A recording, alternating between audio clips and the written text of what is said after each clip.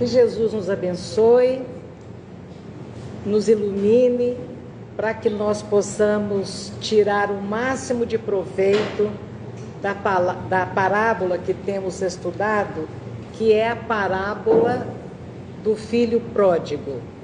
Ela é muito rica, por isso que de uma vez só não foi possível a gente explorar tudo que ela tem para nos oferecer. E essa parábola, ela inicia o capítulo 15 do Evangelho de São Lucas, que foi o único que escreveu esta parábola. Os outros evangelistas não citaram. E a situação era a seguinte: Jesus estava na casa de um publicano e os fariseus, os publicanos, aquele pessoal mais fundamentalista ali, esse pessoal começou a reclamar que Jesus tinha o péssimo hábito de comer com os pecadores. Então foi nessa hora que Jesus começa a contar a parábola para rever essa questão de pecado e do Deus único, né? Porque o pessoal daquela época levava muito a sério ser o povo escolhido, e para eles só era digno de falar do reino de Deus quem fosse judeu, quem seguisse as normas do Torá. Então, como naquela época surgiram várias seitas, cada uma entendendo Deus de uma forma, existia muita separação entre eles. E era exatamente isso que eles criticavam Jesus, porque Jesus não escolhia, não tinha esse sectarismo. Só falo para quem for judeu, só falo para quem seguir o Torá. Não era bem isso, né? Então a gente está lembrando aqui a história do rapaz que pede a herança do seu pai, pede a parte que ele tinha na fazenda, o pai divide a fazenda entre ele e o irmão, ele sai da aldeia e dissipa, desperdiça toda essa herança. E depois de muita dificuldade ele volta para casa. E quando ele chega em casa, ele diz ao pai dele: eu não tenho mais direito de ser chamado seu filho, faze de mim um de seus trabalhadores. É o 4, Márcia? Então vê o 3.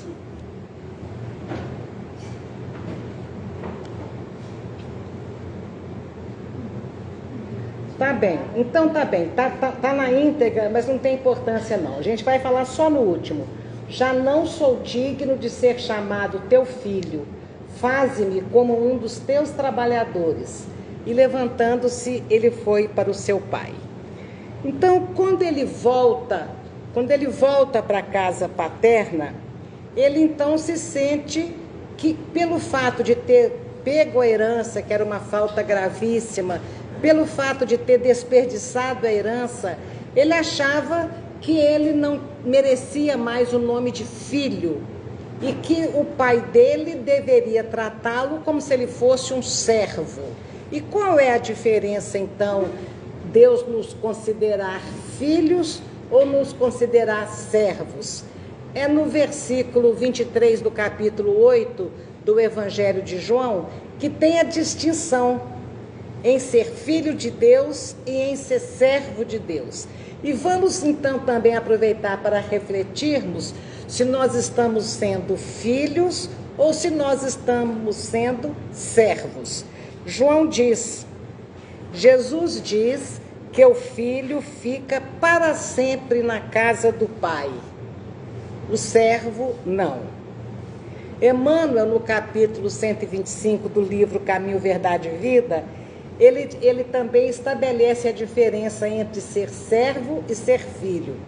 Ele diz: os servos, eles têm outros interesses pessoais, além dos interesses do pai.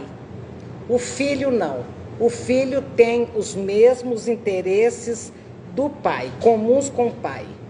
Os servos trabalham por remuneração. E tudo que o servo faz ele então quer algo em troca. E o filho não, o filho fica na casa. Para Emmanuel, ficar na casa do pai significa que quando somos filhos, nós não queremos perder a conexão com o pai, perder a conexão com o divino.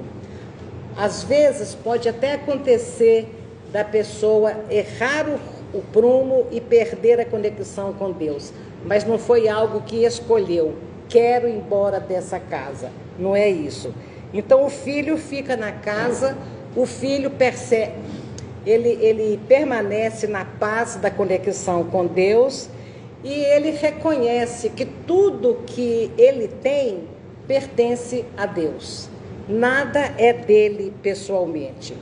Então nós somos servos quando a gente começa a, nem que seja inconscientemente, nós começamos a barganhar com Deus, nós começamos a negociar com Deus. Aí eu fiz isso, então agora eu quero ser abençoado com isso e isso. A gente faz muita coisa, não pelo amor ao bem, não pelo amor à pessoa para a qual a gente fez alguma coisa, mas a gente faz porque a gente quer que Deus observe que nós estamos sendo bonzinhos e Deus então vai ser muito bonzinho com a gente também. A gente vai querer alguma coisa em troca, alguma bênção em troca. A gente é servo quando a gente não consegue agir sem esperar retribuição nenhuma. E na verdade esse é o grande desafio nosso, porque quando nós estamos sofrendo, é um chamado para reencontrar o caminho para Deus. E esse chamado a gente vai, olha Deus, eu estou indo, então agora me dê isso, isso e isso. É muito difícil ficar com o Pai, por amor ao Pai, sem nenhum interesse pessoal. E aí todas as bênçãos chegam, não precisamos de ficar barganhando. No slide 5, nós vamos ver um detalhe muito interessante. Quando ele vai chegando na casa do pai, ele ainda estava longe, e de longe o pai o vê. E o pai sente muita pena dele, muita compaixão dele, e mostra ali todo o amor. Esse pai, o fazendeiro que distribuiu a fazenda, mostra todo o amor por aquele filho que voltava, e ele corre até o filho, e ele abraça o filho e o beija várias vezes. Então, esta aí é cheio de atitudes onde o pai mostrava o seu imenso amor pelo filho, né? Então, o pai primeiro mostra que não condenou absolutamente o filho. Quando ele recebe o filho de volta, abraçando e beijando aquele filho, ele mostra que ele não estava julgando aquele filho. Quando ele abraça e beija, ele mostra que ali ele estava diante do filho e não do servo. Ele mostra que ele estava recebendo o filho, aquelas atitudes todas dele ali. Então, é nessa história, Jesus, como mestre incomparável, né, que ele descreve essa situação como o jovem que se põe a caminho de casa, cheio de incertezas, cheio de arrependimentos, cheio de problemas, e ele tinha problemas que inclusive ele nem sabia que ele havia causado aquele tipo de problema. Por exemplo, quando ele sai de casa e pega a parte da herança, ele estava desprezando totalmente o irmão mais velho, a quem detinha o direito de progenitura. E pela lei mosaica, o primogênito, o primeiro filho, recebia dobrado. Vamos supor, eram 2 filhos, 2/3 para o primogênito e 1/3 para o mais novo. Então, ele lesa, de uma certa forma, o irmão quando ele pega a metade, quando ele pede ao pai que divida a metade. Então, um detalhe interessante, nós já lembrávamos aqui que o ancião de uma aldeia era a autoridade máxima. Então a gente imagina um ancião com aquele andar majestoso, aquela calma, aquela paz. Que escândalo que não foi aquele ancião correndo para encontrar o filho. Ele sai fora do comportamento até natural dele e ele corre para encontrar o filho. Todo mundo já assusta. O que está acontecendo ali? O ancião correndo dessa forma, né? E o jovem não tinha, olha que interessante essa parte, o jovem não tinha nem chegado totalmente ainda perto do pai, mas o pai caminhou até ele para encontrá-lo. Então, nós todos já percebemos que o pai da parábola é Deus, e é sempre assim que acontece conosco. Quando nós caímos em nós mesmos, que estamos desconectados de Deus, e tomamos uma atitude pequena de voltar a Deus, a gente dá um passo em direção à conexão divina, e a força do amor que permeia todo o universo dá os outros passos todos em nossa direção. Então, por isso que é fácil quando a pessoa se dispõe a viver de acordo com a herança divina, de acordo com o Evangelho de Jesus. Então a gente pensa assim, muito difícil eu conseguir fazer a minha transformação, a minha reforma íntima, mas eu quero muito estar próximo de Deus, eu quero muito estar próximo do Evangelho. O que é que eu posso fazer, meu Deus, para reencontrar esse caminho onde eu vou ter esperança, otimismo, saúde, onde eu vou ter força, entusiasmo? Então, quando a gente começa a refletir nessa vontade de ir até Deus, Deus já está chegando até nós. Nós já estamos abrindo o nosso psiquismo para receber as bênçãos, né? E Emmanuel ressalta em Palavras de Vida Eterna um outro aspecto.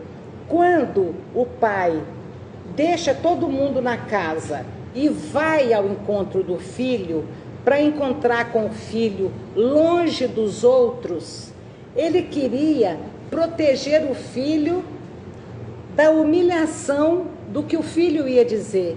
Eu quero ser seu servo, eu errei, me receba de volta. Então, Emmanuel diz que um dos motivos que Cristo coloca isso, que o pai vai ao encontro para que este encontro fosse discreto, para que a privacidade do pecador não fosse invadida. Então o pai vai fora dos olhares de todos, porque quando o filho fosse se penitenciar, isso seria uma coisa só dos dois, e o pai estava disposto a cortar qualquer necessidade de explicação, cortar ali do filho qualquer necessidade de justificar-se, e principalmente o pai não imporia nenhuma condição para receber o filho de volta. Apenas recebeu o filho que quis levantar e voltar. Por esse aspecto da parábola, mais uma vez a gente consegue perceber que Jesus está nos dizendo da misericórdia infinita de Deus quando nós fazemos nossas escolhas equivocadas, quando nós erramos o caminho, quando nós desperdiçamos as bênçãos que Ele nos dá. Então o pai abraça e beija o filho dos dois lados do rosto. Era um costume daquela época. O que significava esse beijo? Os historiadores nos dizem que até hoje, quando há um conflito entre duas pessoas naquela região, escolhe-se um mediador. No caso da parábola, o filho mais velho, com o direito de progenitura que ele tinha, que era o que substituiria o ancião, o pai dele, pelo fato do pai estar sendo atingido por um pedido absurdo do filho mais novo, o filho mais velho teria que ter entrado como mediador, e ele não entrou. Mas até hoje, lá naquela região, chama-se, dois judeus estão discutindo alguma coisa, chama um mediador, um conciliador, um que vai tentar apaziguar a situação para os dois lados. E quando um acordo é firmado, a atitude que demonstra que pronto, já está tudo certo, não há mais nenhuma contenda, não há mais nenhum problema, um judeu beija o outro dos dois lados. Eles se beijam dos dois lados. Então, o beijo que o pai dá no filho é exatamente isso. Está perdoado, não precisa nem de pedir perdão, e não importa quanto maior a falta que nós cometemos, maior a misericórdia divina em nosso favor. O beijo, então, que o pai dá no filho na parábola, representa aí o perdão incondicional de Deus, e principalmente ele beija o filho para que toda a aldeia visse que aquele filho estava reintegrado, não na posição de servo, mas na posição de filho, e com a autoridade de ancião, ele praticamente estabelece que aquela aldeia também deveria perdoar aquele filho que voltava seguindo os moldes da misericórdia e do perdão divino. Então, às vezes, a gente, por mais que a gente reflita, a gente não consegue muito entender isso de amor incondicional. Sabe, às vezes tem uma pessoa que tem, por exemplo, a mediunidade de cura. Ela sabe, ela já foi informada, ela sente as mãos formigando, ela sente vontade de trabalhar, por exemplo, nos passes. Ela sabe que ela tem, já estudou bastante, que ela tem condições de fazer um atendimento fraterno, e ela sabe que ela pode acolher as pessoas, mas ela fica pensando assim, ah não, eu ainda tenho tal defeito, eu não posso de jeito nenhum assumir uma tarefa, eu não posso trabalhar na doutrina, eu vou esperar eu melhorar, quando eu estiver pronto, eu vou e faço a tarefa que eu tiver de fazer. E é um erro, né? Porque nada mais irracional do que a gente se afastar da tarefa porque a gente tem defeito.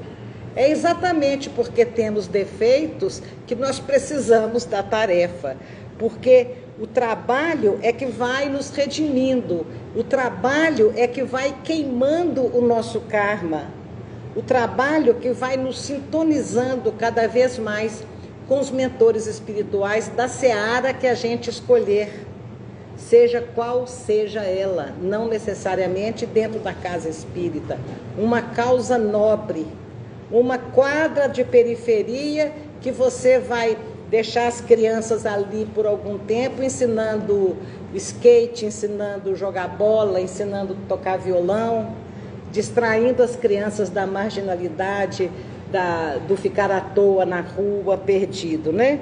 Então, nada mais racional que a gente esperar que a gente esteja pronto e bem para poder vir fazer alguma coisa.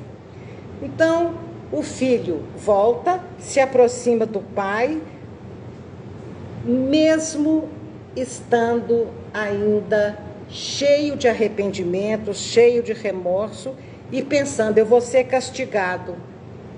Claro que eu vou ser castigado, a minha falta foi muito grave. Então a gente percebe que quando o pai recebe o filho com aquele amor todo e o beija dos dois lados, Jesus está construindo, tentando construir na nossa cabeça algo que até hoje a gente não consegue realmente perceber, que é a figura de Deus como Pai infinitamente bom e sábio em todas as situações. A gente continua dizendo, Deus foi tão bom para mim hoje, que quando eu cheguei, eu encostei uma vaga, logo em seguida eu estava atrasada. Como assim? Deus foi bom para mim hoje, porque Ele me deu uma vaga. e foi mal porque não teve a vaga? Deus foi tão bom para mim que eu tive uma febre, mas o diagnóstico não deu dengue. Então Deus foi ruim para quem o diagnóstico foi positivo? Então a gente ainda não consegue assimilar e vai soltando o que realmente está dentro de nós.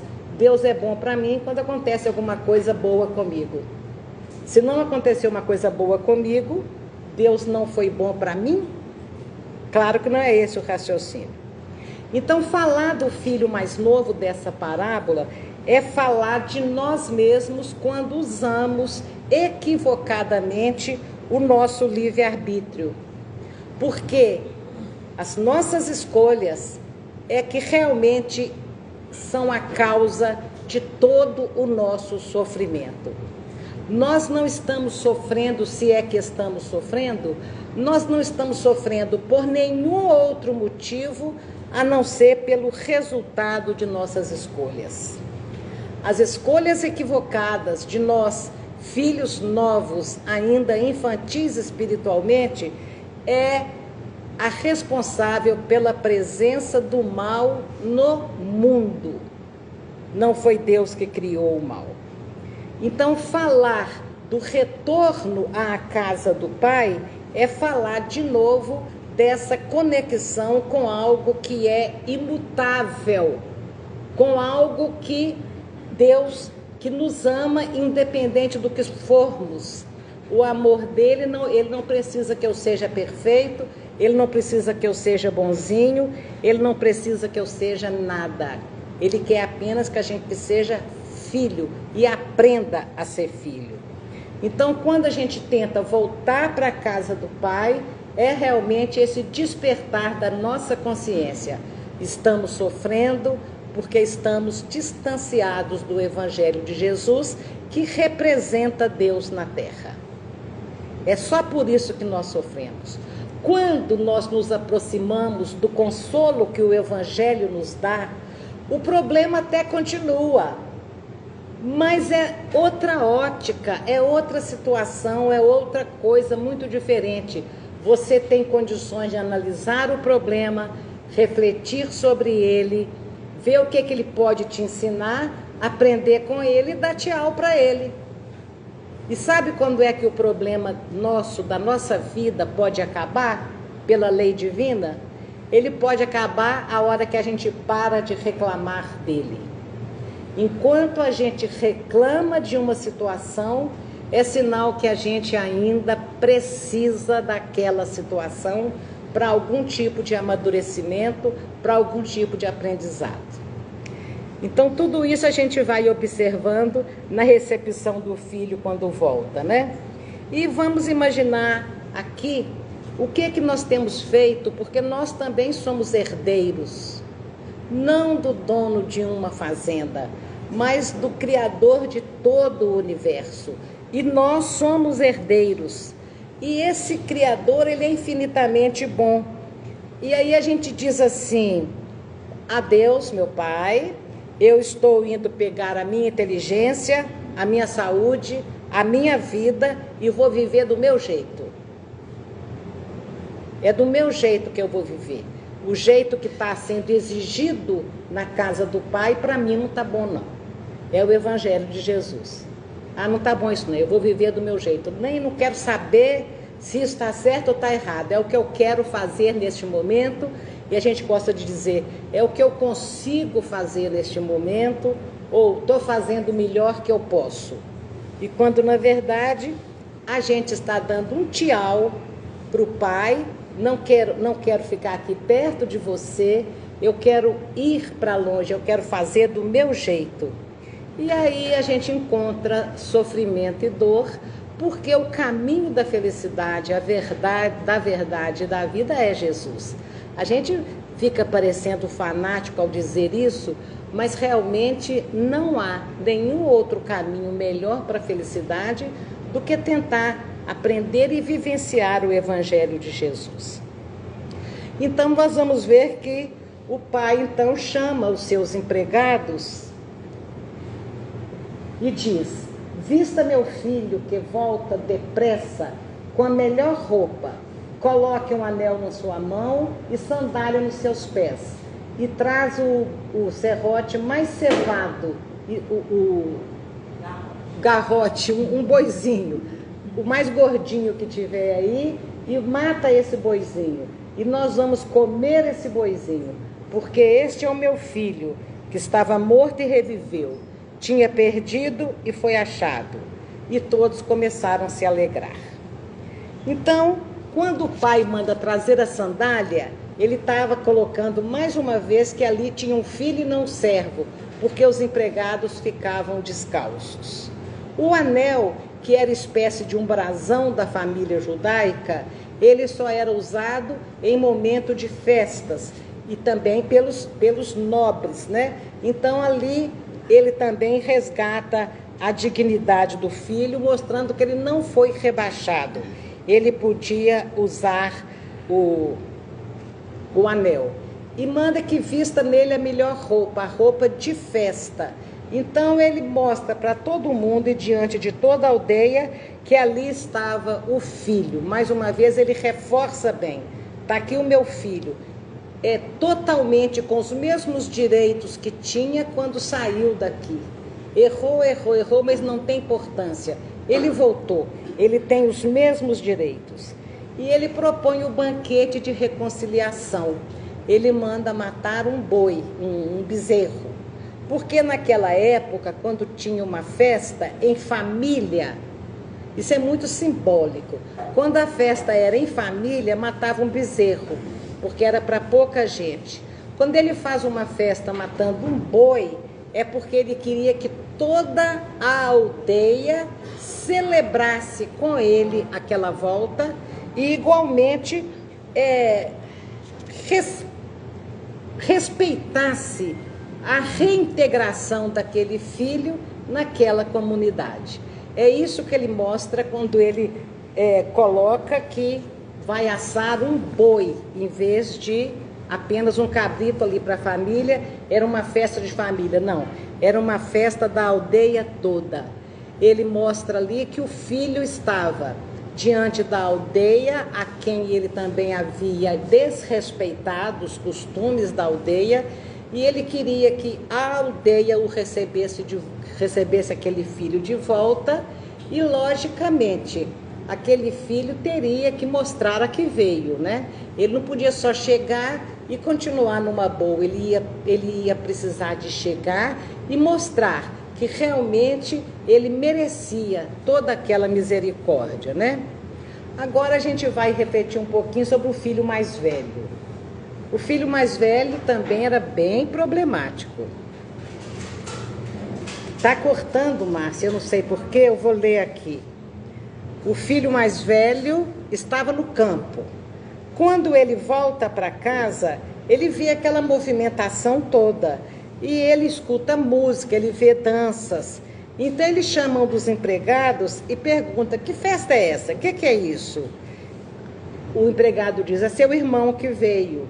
Seu irmão voltou e seu pai mandou matar um bezerro bem grande, bem gordinho.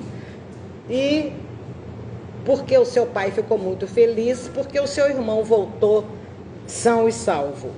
Aí o filho mais velho fica com raiva. Ele se indigna daquilo. Ele não queria entrar na festa. Então o pai dele sai da festa e vai lá fora, também respeitando a privacidade, conversar com aquele filho. E o filho mais velho ali começa a se revelar, né, com todo o seu comodismo, porque ele não estava feliz, mas ele ficou quietinho lá sem tomar nenhuma atitude para encontrar a felicidade. Ele começa a se revelar quando ele foi omisso, porque ele poderia ter sido o mediador entre o pai e o irmão mais novo. Como filho mais velho, ele poderia ter sido mediador. Ele não foi, ele já tinha sido omisso. E ele se mostra invejoso por aquele irmão que havia saído, se divertido e voltado e ter as mesmas coisas do que ele. E ele reclama muito disso. E o pai então responde para ele o seguinte: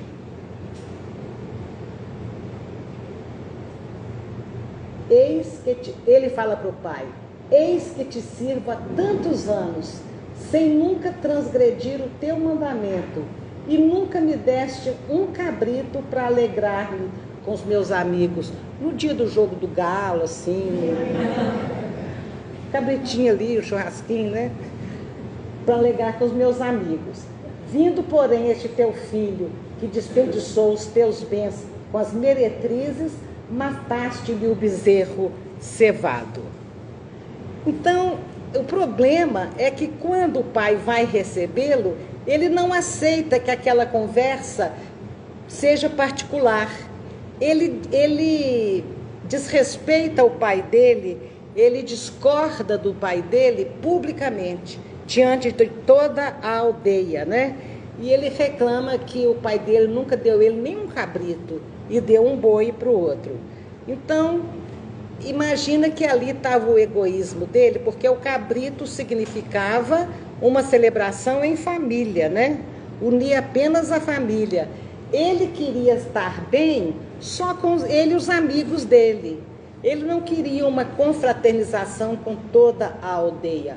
Ali também ele estava bem sectarista nesse sentido. Então, os dois filhos eram egoístas. Só que um era corajoso até a ponto de errar e o outro era medroso, omisso e ficava ali sem estar muito feliz, mas não tomava atitude nenhuma.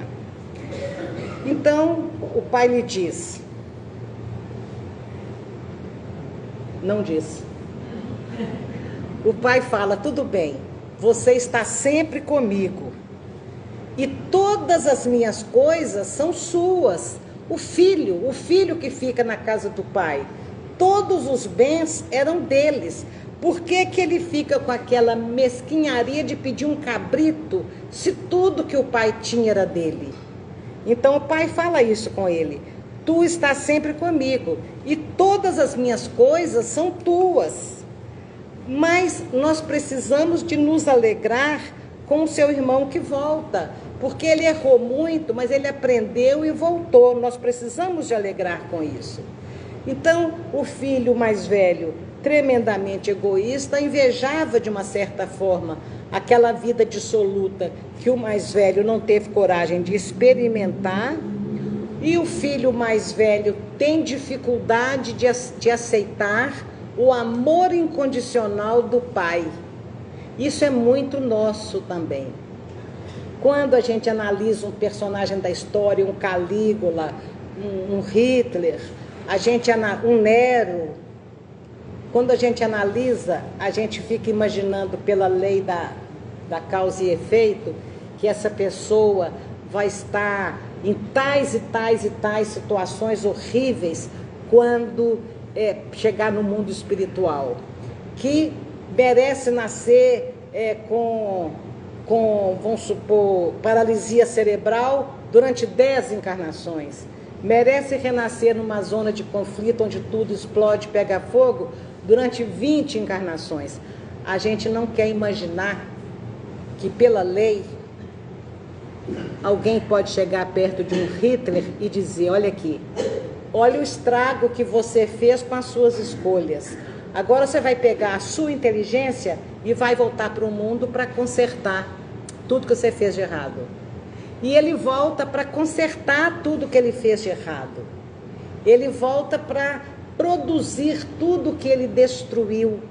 Então é o amor dando a oportunidade da pessoa consertar os próprios erros. Essa é a ideia da reencarnação. Mas nós temos muita dificuldade de entender o amor incondicional. A gente diz para alguém que nos atinge: Deus tarda, mas não falta. A justiça divina vai te alcançar. A gente ameaça, né? A gente ameaça a pessoa com a lei divina.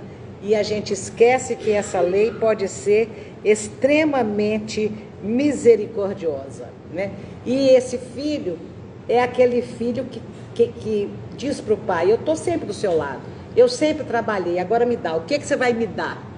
O que você vai me dar? Porque você deu para ele um boi, fez uma festa e ele estava errado, e eu?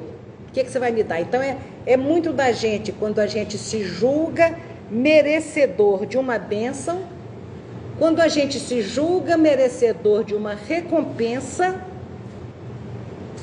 e trabalhamos naquele sentido totalmente interesseiro, onde as nossas atitudes religiosas é como se fosse uma moeda de troca com as leis divinas. E acontece que Deus não está guardando para nós no futuro uma bela herança, não. Nós temos tudo, é agora. A força que rege o universo é a força desse amor nos convidando ao acerto, né? Nos convidando a reconexão cada vez mais profunda com a verdadeira verdade da vida, né? Então, às vezes a gente faz alguma forma de caridade, e cada caridade que a gente faz, a gente pensa assim: estou garantindo minha estadia na colônia Nosso Lar. É para o Nosso Lar que eu vou. Eu agora vou conseguir isso, isso e isso. E o importante, devemos trabalhar na caridade, sim, mas o importante não é só o que se faz, é quem a gente se torna ao fazer o que estamos fazendo. Isso é que é importante. Não é fazer simplesmente o bem, é em quem que nós estamos nos transformando quando fazemos esse bem. Isso é que realmente importa. Talvez depois a gente continue um pouquinho mais nessa parábola, porque agora eu estou muito a fim de ouvir o Paulinho, o que ele trouxe para nós.